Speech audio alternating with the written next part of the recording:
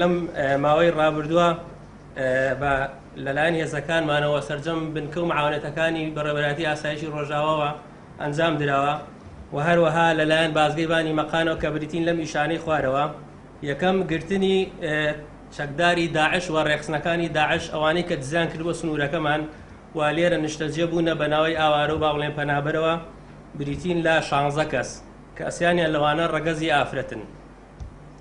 دووەم حاڵەتی تەزویر و باوڵێن سپیکردنەوەی پارەی تەزویر کاباندێکی 4 کەسی بوونە ئەمانە کە ئیشیان سەرفکردنی پارەی تەزویر و سپیکردنەوەی پارەی تەزویر بووە توانیمانە دەرگیریان بکەین ئەوانیش ڕەوانەی دادگای چەمسەماڵ کراون.